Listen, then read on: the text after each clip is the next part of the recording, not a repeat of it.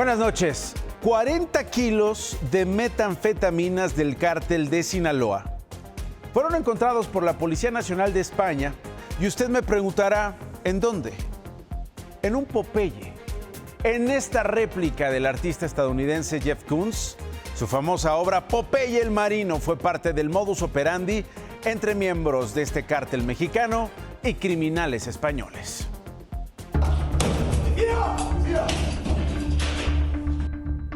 No eran espinacas lo que llevaba Popeye.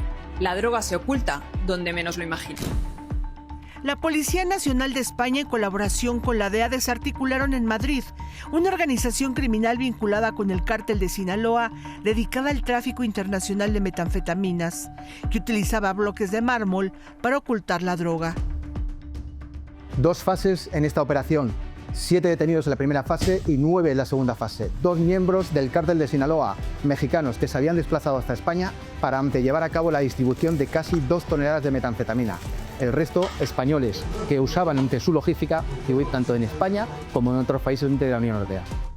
De acuerdo con la policía española, en 2023 echaron a andar la Operación Saga para frenar la entrada de las drogas sintéticas que eran enviadas desde México a sus puertos, principalmente vía marítima, logrando su primer decomiso histórico de metanfetaminas en julio del 2024. En esta estatua de 1,5 metros de altura, de pintura metalizada, un Popeye cargado de metanfetaminas que tenían como destino Tenerife. 40 kilos de metanfetamina que ocultaban el Popeye en su base. Y diréis, ¿por qué en la base? Bueno, querían conservar la estructura principal y ocultaban dentro de lo que era el pedestal toda esta droga que veis aquí expuesta. La infraestructura criminal de esta organización operaba desde Tenerife, Madrid, Valencia y Alicante. Siguiendo la investigación, la Policía Nacional logró en septiembre la detención de un mexicano, miembro del cártel de Sinaloa, en un departamento de Madrid.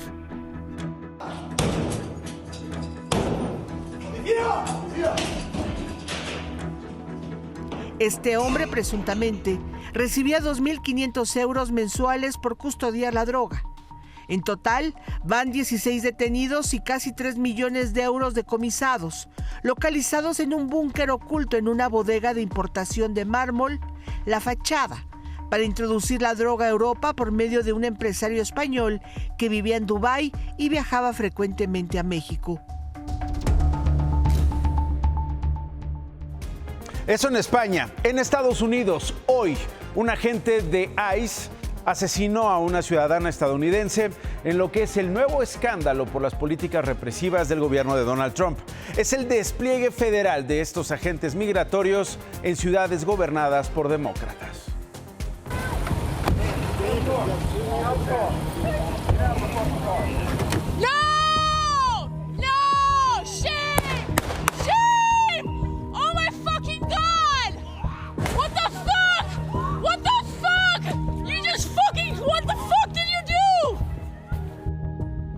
Un oficial de la agencia de migración le disparó y mató a una mujer en Minneapolis. Ella estaba en su camioneta que obstruía el paso de los vehículos de la agencia migratoria. Uno de los agentes se acercó a la puerta del automóvil e intentó abrirla. La mujer trató de echar en reversa y luego avanzó para alejarse. Pero en ese momento, otro agente que estaba cerca del faro del lado del conductor sacó su pistola, apuntó. Disparó al menos 3 veces mientras el vehículo pasaba frente a él.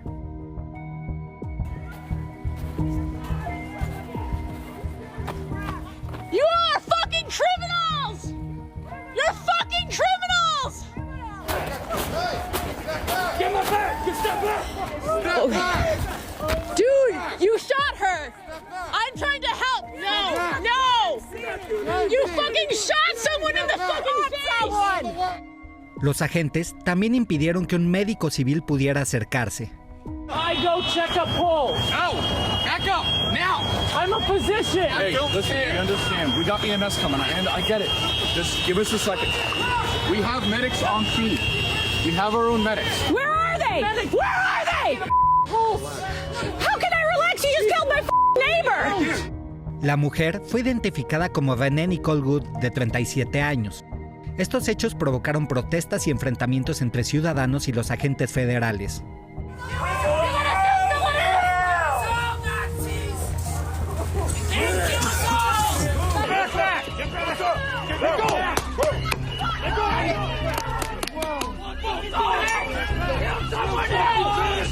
Y también una confrontación entre autoridades locales y federales. El presidente Trump culpó a la víctima y defendió a sus agentes. Su secretaria de seguridad fue todavía más dura. It was an act of domestic terrorism, and a woman attacked them and those surrounding them and attempted to run them over and ram them with her vehicle. An officer of ours acted quickly and defensively shot. La ex candidata presidencial demócrata, Kamala Harris, criticó la respuesta del gobierno. El gobernador de Minnesota, su compañero de fórmula en las elecciones que perdió contra Trump, reprobó el despliegue de las fuerzas de migración. To Donald Trump and Kristi Noem, you've done enough. Las protestas se extendieron por la noche. El gobierno declaró estado de emergencia. El alcalde de Minneapolis había rechazado la presencia de ICE en su ciudad y hoy que cobró la vida de uno de sus habitantes, mandó un mensaje todavía más contundente. We've dreaded this moment since the early stages of this ICE presence in Minneapolis. To ICE, get the fuck out of Minneapolis. Shame! Shame! Oh my fucking God!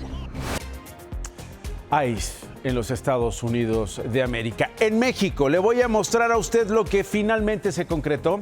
Es el polémico operativo para llevarse a los animales del refugio franciscano en la Ciudad de México. Y hacemos responsables a las autoridades.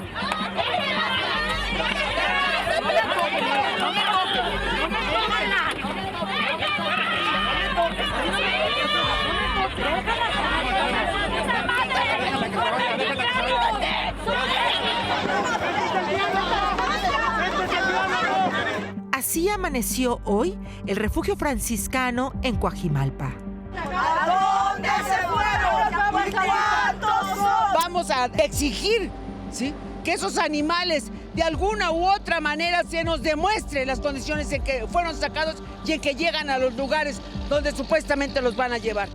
Perros y gatos con dermatitis severa, problemas ortopédicos, lesiones avanzadas, dolor no tratado, tumores, secuelas neurológicas y medicados con farmacéuticos caducados, es como la Fiscalía de la Ciudad de México describió las condiciones en las que se encontraron a los animales que estaban bajo el resguardo del refugio franciscano. El gobierno de la ciudad ha decidido rescatar a todos los animales que se encuentran en este refugio. Hoy, la Fiscalía Capitalina cumplimentó una orden judicial para el cateo y aseguramiento del inmueble en la carretera México-Toluca. Este lugar fue por décadas el hogar de cientos de animales que, según las autoridades, sufrían hacinamiento y vivían en condiciones de abandono. Los animales llegan en su mayoría en condiciones de maltrato, porque la gente así los abandona. Y bueno, si bien les va, porque algunos nos los dejan a pie de carretera, muy maltratados. Entonces ya entran en una situación de grave maltrato, eso sí lo reconozco, pero aquí adentro lo único que se les da es amor y rehabilitación. Son más de 800 animales que a partir de hoy están bajo el resguardo de autoridades capitalinas. Fueron trasladados a un espacio en el Ajusco y serán distribuidos en el Hospital Veterinario de la Ciudad de México, centros de atención especializada y refugios. Para quienes por años fueron los cuidadores de estos animales, todo se trata de un plan para despojarlos del inmueble, desalojar a los seres sintientes y poder ocupar el terreno con fines comerciales. Me queda claro que hay una terrible corrupción atrás de todo esto, desde hace ya mucho tiempo. Por un juicio civil, los franciscanos fueron desalojados el 11 de diciembre. Desde entonces, la Fundación Antonio Hagenbeck se hizo cargo de perros y gatos. El 24 de diciembre, un juez ordenó la restitución al refugio franciscano. Hoy se debía haber cumplido la orden judicial, pero llegó el resguardo de la Fiscalía y más de 700 animales quedaron en medio de un conflicto legal. Ya los han sacado incluso en camiones de basura. Camiones de basura, kennels, una sobre otra, apiladas sin estar amarradas, en total inseguridad, porque para ellos esos son basura, los perros. En realidad lo que les importa es este terreno y ya sacarnos y por supuesto limpiar su nombre y salir diciendo que son los buenos de la historia. El refugio franciscano ocupaba este predio que le había sido otorgado por su dueño, Antonio Hagenbeck, fundador de la organización que lleva su apellido. Pero a finales del año pasado, la Fundación Hagenbeck habría ganado una demanda para recuperar el terreno y tomar el control del albergue. Desde entonces, señalaron al refugio de maltrato animal por las condiciones en que encontraron a casi 1,000 perros y gatos.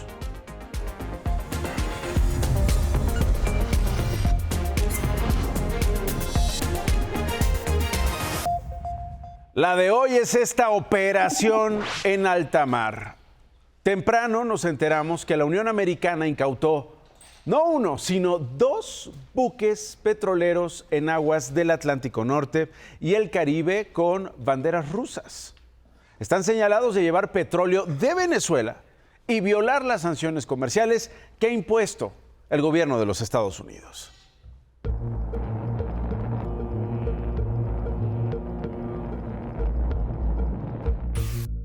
Era la madrugada de este miércoles 7 de enero. El buque petrolero Marinera, antes conocido como Vela 1, se encontraba en aguas del Atlántico frente a costas de Islandia. Un buque de la Guardia Costera de Estados Unidos, el USCGC Munro, se aproxima lentamente, mientras el petrolero de casco oscuro y bandera rusa pintada en la popa navega sin escolta visible. El Marinera reduce velocidad. No hay maniobras evasivas, solo la tensión silenciosa de un barco que sabe que ya no puede huir.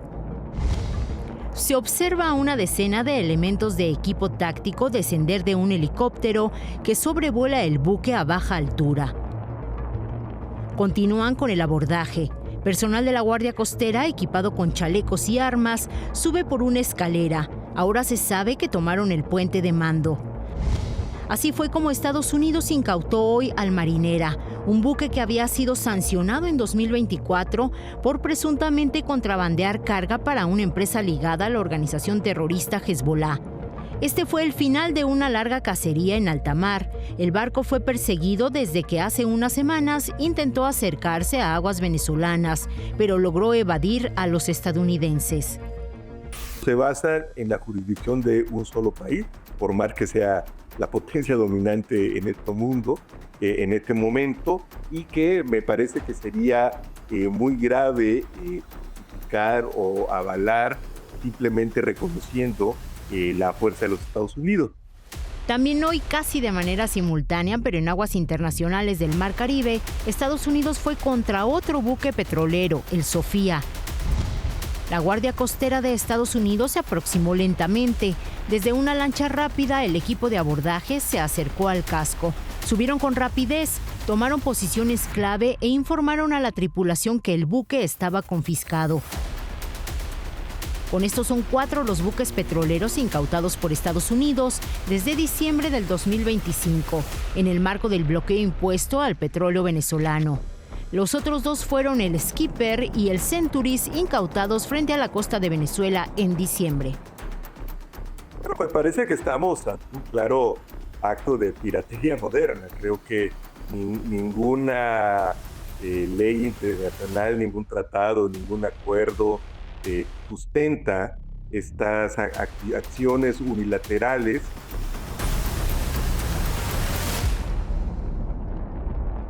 Y fíjese lo interesante de este trama petrolero, que es lo que en realidad mueve a las potencias, particularmente a Estados Unidos, no solamente el imperio de la violencia, sino pues la ambición petrolera. Según Fluvio Ruiz, contrario a lo que pudiera parecer, la Unión Americana no necesita del petróleo de Venezuela.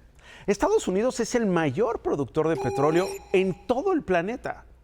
Produce 13 millones de barriles diariamente, mientras que la producción de Venezuela apenas llega a 1 millón al día, a veces menos que eso. México, por ejemplo, produce 1.5 millones de barriles cada día. De su 1 millón de barriles, Venezuela exporta el 90% a ¿sabe quién? A China, que es lo que no le gusta a Estados Unidos. El resto lo usa Venezuela para su consumo y surte una parte pequeña a países como Cuba, tal como lo hemos estado viendo y documentando en estos días. Además explica que lo que no quiere Trump es que China y Cuba se surtan precisamente de esa fuente venezolana que hoy ya está en manos de los Estados Unidos. Mientras tanto, la empresa estatal Petróleos de Venezuela informó que ya mantiene negociaciones con la Unión Americana para concretar la venta, y así lo dicen, de volúmenes de petróleo en el marco de las relaciones comerciales que existen entre ambos países. En un comunicado expresaron que este proceso está basado en una transacción estrictamente comercial con el nuevo orden impuesto por Donald Trump. Tras el anuncio de estas negociaciones, el presidente de la Unión Americana escribió en su cuenta de Truth Social que le informaron que Venezuela va a comprar única y exclusivamente, ¿qué cree?, productos fabricados en la Unión Americana con el dinero que reciban del nuevo acuerdo petrolero. Según Trump, Venezuela se compromete a hacer negocios con Estados Unidos como su socio principal. El secretario de Estado de la Unión Americana, Marco Rubio, detalló los siguientes pasos para Venezuela y son básicamente 3: estabilización, recuperación y transición. No me pregunte de democracia, no me pregunte de justicia, no me pregunte de una vida más justa para los venezolanos. No, pregúnteme de los negocios y escuche los detalles en voz del secretario de Estado. Step one is the stabilization of the country. We don't want it descending into chaos. The second phase will be a phase that we call recovery, and that is ensuring that American, Western, and other companies have access to the Venezuelan market in a way that's fair. Also, at the same time, begin to create the process of reconciliation nationally within Venezuela so that the opposition forces can be amnestied and released and from prisons or brought back to the country and begin to rebuild civil society. And then the third phase, of course, will be one of transition. Y en medio de todo esto también habían crecido las tensiones entre Trump y el presidente de Colombia. ¿Usted se acuerda? Gustavo Petro, al que le mandó a decir que se cuidara el trasero. Así se lo dijo Donald Trump en la conferencia en la que dio los detalles del secuestro a Nicolás Maduro. Bueno, hoy las cosas cambiaron entre Estados Unidos y Colombia. Trump informó en sus redes sociales que fue un gran honor hablar con Petro, que le explicó sobre la situación de las drogas en Colombia y los otros desacuerdos que han tenido, que espera una reunión entre ambos en el futuro próximo. Vamos a ver una foto de la mano Petro y Trump, que por cierto, el colombiano tenía programado para más tarde dar un discurso duro, fuerte, por las amenazas de Trump. Pero después de la llamada, todo cambió. Hoy traía un discurso y tengo que dar otro. Eso no es fácil. El primer discurso era bastante duro. Trump, después del debate en redes, tuvo otra versión. Y esa versión apaciguó los ánimos. El Financial Times publicó que México superó a Venezuela como el principal proveedor de petróleo a Cuba. Hoy temprano, la presidenta Claudia Sheinbaum rechazó que se envíe más del necesario. No se está enviando más petróleo del que se había enviado históricamente. No hay un envío particular. Durante muchos años se ha enviado petróleo a Cuba. Con la situación actual de Venezuela, pues evidentemente México se volvió un proveedor importante. Antes era Venezuela, pero es parte, digamos, de lo que históricamente se ha enviado.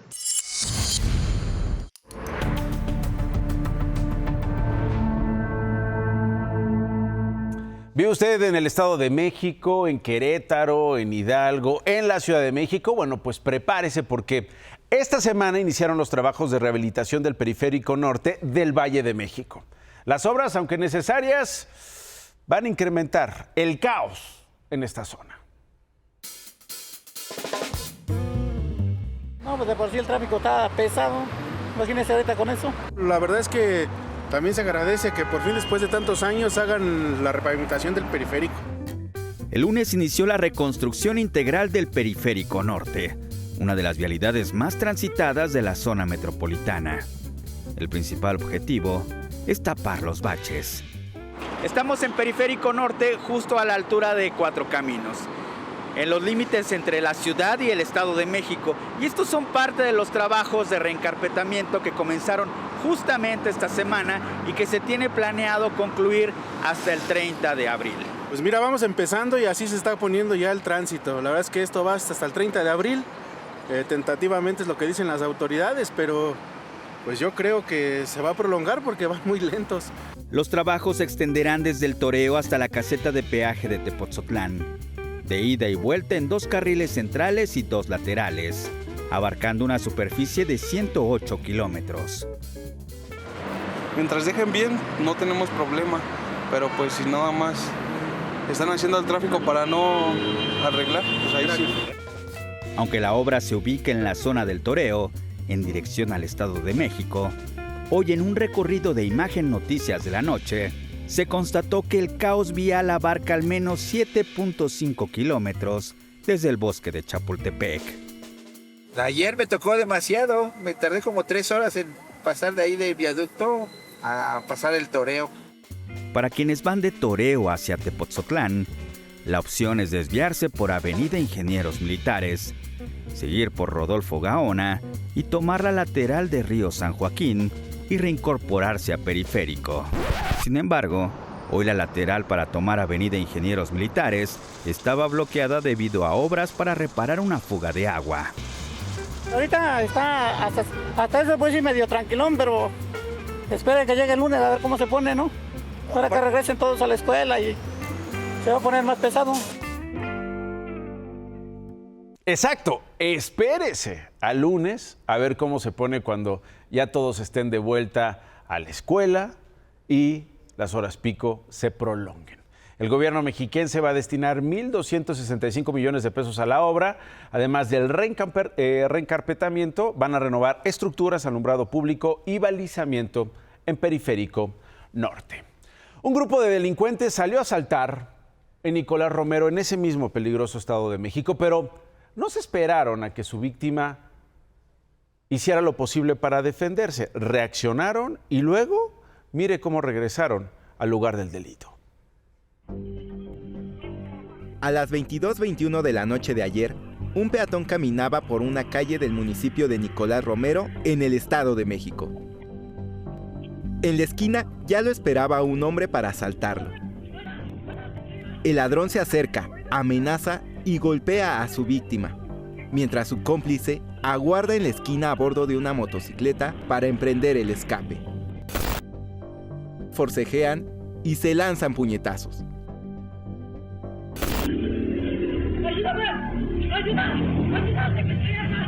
La víctima intenta quitarle el arma al ladrón. Un motociclista se acerca. Su cómplice ve desde lejos, mientras un automovilista se acerca para ayudar. Eso espanta al ladrón.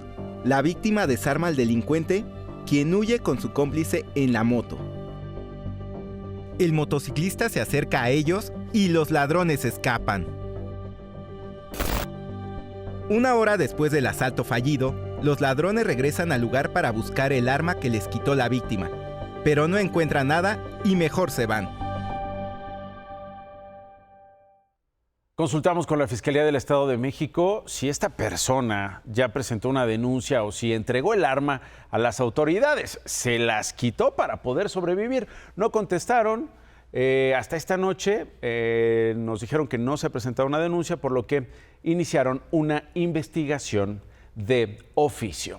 Con ayuda de vecinos, un padre detuvo al presunto violador de su hija en el sótano de un condominio en la Colonia del Valle, también en la Ciudad de México.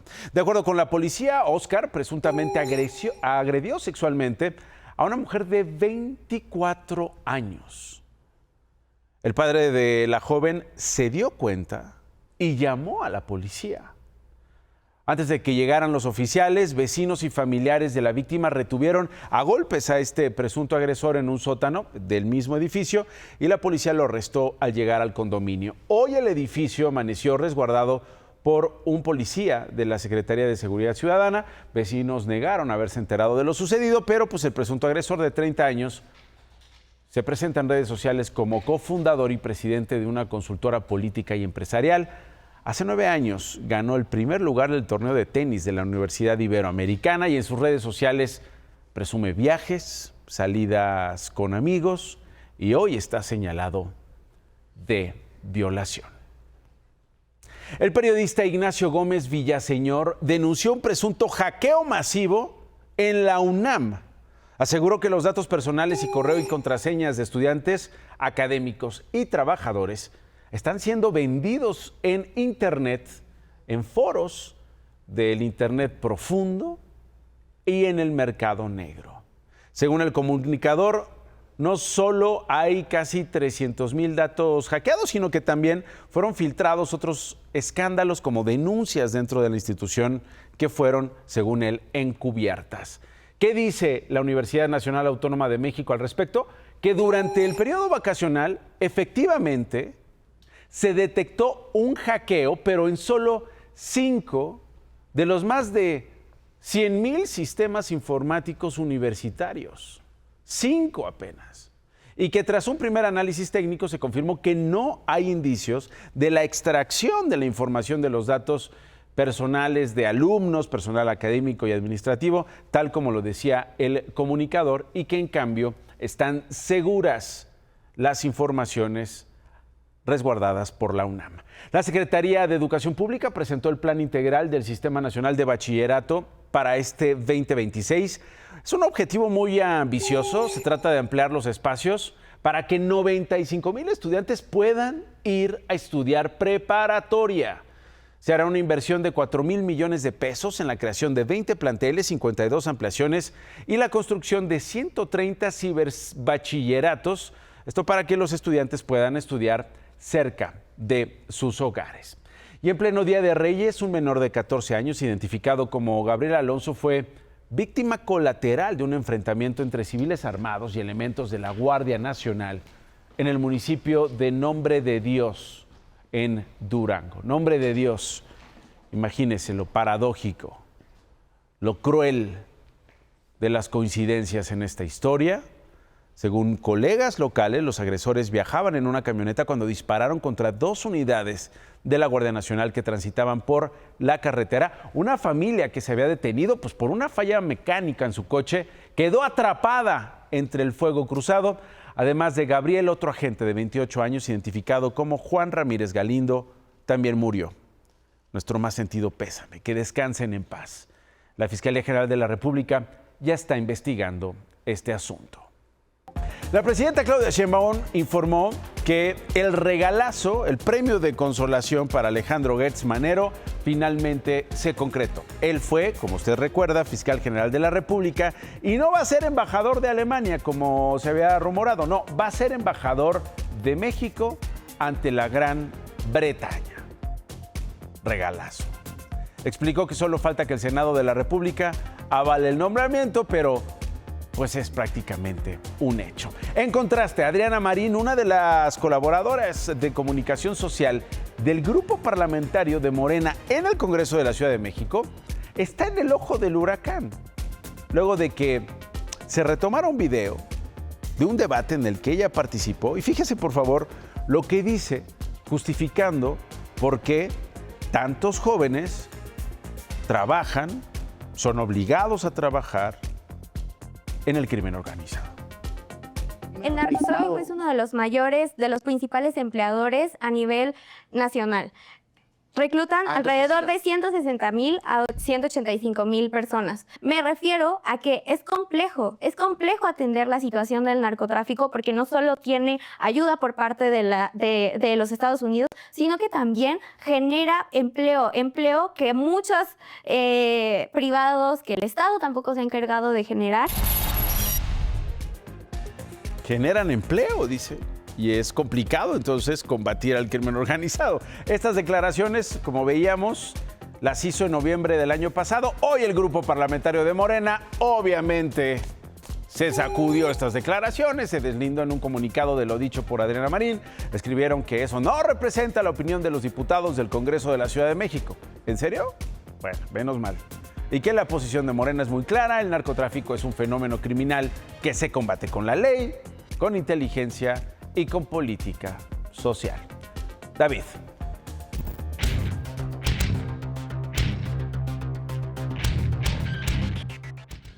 Cualquier plan y proyecto que México tenga en el sector energético tiene que cambiar radicalmente, porque hubo un borrón y cuenta nueva con la caída de Nicolás Maduro. Hoy vimos a los gobiernos de Venezuela y de los Estados Unidos llegando a acuerdos para que Estados Unidos le compre petróleo, ese que tenían embargado, a los venezolanos, y los venezolanos comprometiéndose no solo a venderles el petróleo, sino además a comprar solo productos estadounidenses. Para México esto implica una reflexión total. Cambiar de lo que se pensaba hacer a buscar una manera de ser más atractivos, más interesantes, si se quiere traer inversión al sector energético, como lo plantea el plan energético de la presidenta Claudia Sheinbaum. Y más allá, entender que creció la competencia. Échame la cámara. Espero, Nacho, que te unas conmigo a la felicitación del Aeropuerto Internacional de la Ciudad de México. Por segundo año consecutivo imponen récords de puntualidad, y eso que el aeropuerto es un desastre. Gracias, David. Y sobre el asesinato de Roberto Hernández, el motociclista que fue arrastrado por un automovilista en la alcaldía Iztapalapa, bueno, hoy la fiscal de la Ciudad de México, Berta Alcalde Luján, dijo que ya hay avances en la investigación y que tienen en el radar ya al posible responsable, por lo que buscarán obtener una orden de aprehensión. Más noticias. La Fiscalía Especializada en Combate a la Corrupción de Guerrero abrió una carpeta de investigación por el delito de cohecho contra la alcaldesa de Acapulco, Abelina López, luego de ser denunciada por usar un collar de más de 200,000 pesos. La fiscal regional de la zona sur de Veracruz, Carla Díaz Hermosilla, que acusó al periodista Rafael León de terrorismo, fue destituida de su cargo.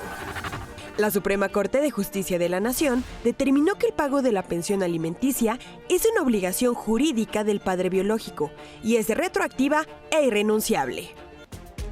Anoche le presenté un fragmento del cortometraje La caída de Maduro, que se volvió viral en redes sociales en los últimos días. Hoy conversamos con su autor, el cineasta venezolano Sebastián Rangel. Mire lo que nos dijo. Con millones de reproducciones, el cortometraje La caída de Maduro, realizado con inteligencia artificial por el venezolano Sebastián Rangel, ha dado la vuelta al mundo. Muchos venezolanos querían ver este momento y sentí que yo tenía la capacidad de crear algo bastante interesante. La pieza, que plantea de forma hiperrealista una hipotética captura de Nicolás Maduro y su esposa, Cilia Flores, por parte de las fuerzas estadounidenses, tardó cerca de 16 horas en elaborarse. El cortometraje no está diseñado para hacer una versión fidedigna de todo lo que pasó. Hay bastante creatividad colocada ahí que soporta la narrativa de lo que quería crear, pero sí hay ciertos detalles que en la historia que fueron sacados de la información que se nos otorgó por los medios.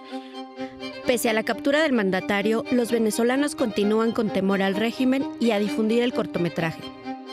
El video tuvo un impacto positivo en un gran porcentaje de la población venezolana, y mis amigos, incluso muchos me decían que, mira, me gustaría publicar este video en las redes sociales, pero simplemente no puedo por miedo a represalias. Para Sebastián, la caída de Maduro es un sueño hecho realidad. Es algo que todos los venezolanos soñamos por muchos, muchos, muchos años, y sin duda es algo indescriptible. O sea, yo creo que aún nosotros no nos los creemos, estamos como en shock. Y no termina ahí, la historia continúa, porque dice Rangel que ya está preparando la siguiente parte, la continuación de esta narración. Gracias por elegirnos, ya viene ¿Qué importa? Hasta mañana.